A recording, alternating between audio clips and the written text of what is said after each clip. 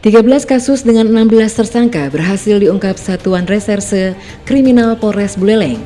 Kasat Reskrim Polres Buleleng AKP Hadi Mastika KPSIK MH saat press release yang dilaksanakan di Mapolres Buleleng pada Senin 20 Maret 2023 mengatakan kasus yang diungkap diantaranya 6 kasus tindak pidana pencurian dengan pemberatan atau curat dengan terduga pelaku sebanyak 9 orang.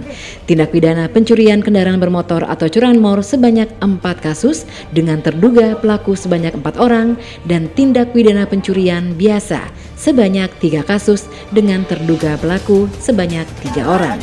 Jadi siang ini kami dari Polres Buleleng bergabung dengan Polsek Jajaran mengungkap ada beberapa kasus. Ini sebelum Ops Sikat Agung kita sudah mengungkap, terus dilanjutkan pada saat Ops Sikat Agung, dan setelah Sikat Agung juga ada beberapa pengungkapan.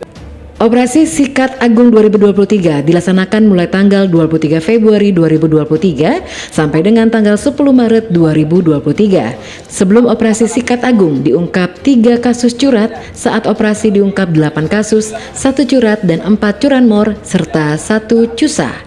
Dan sesudah operasi diungkap 2 kasus curat. AKP Hadi Mastika KPSIK MH menjelaskan kasus curanmor masih menonjol dalam 2 bulan terakhir ini dengan beragam modus dilakukan oleh para pelaku. Modusnya, ini kunci nyantol ya? Dalam rumah. Ada yang dalam rumah, terus ada yang beberapa TKP ini merusak kunci motornya. Kasat Reskrim Polres Buleleng dalam press release-nya menambahkan setelah ada pencabutan pemberlakuan pembatasan kegiatan masyarakat atau PPKM, kegiatan masyarakat meningkat. Jadi peningkatan tindak kriminal juga ada sedikit peningkatan. Kegiatan masyarakat juga banyak, jadi otomatis juga ada sedikit peningkatan. Tapi kita imbangi juga dengan pengungkapan, bergabung dengan Polsek ini ada beberapa curanmor sudah kita ungkap juga.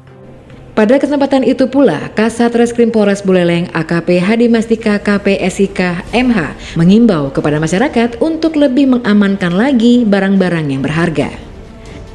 Jadi saya juga mengimbau masyarakat ya, jadi untuk lebih mengamankan lagi barang-barang yang menurut mereka berharga. Jadi menurut mereka berharga motor ya silakan dikunci ganda, menurut barang mereka mesin untuk bekerja ya tolong dijaga. Jadi jangan asal aja untuk pada saat menaruh barang berharga itu, agar lebih diamankan lagi. Terhadap ke-16 pelaku yang tergolong usianya masih produktif ini, disangka telah dilakukan tindak pidana pencurian dalam rumusan pasal 363 KUHP dengan ancaman hukuman 7 tahun penjara.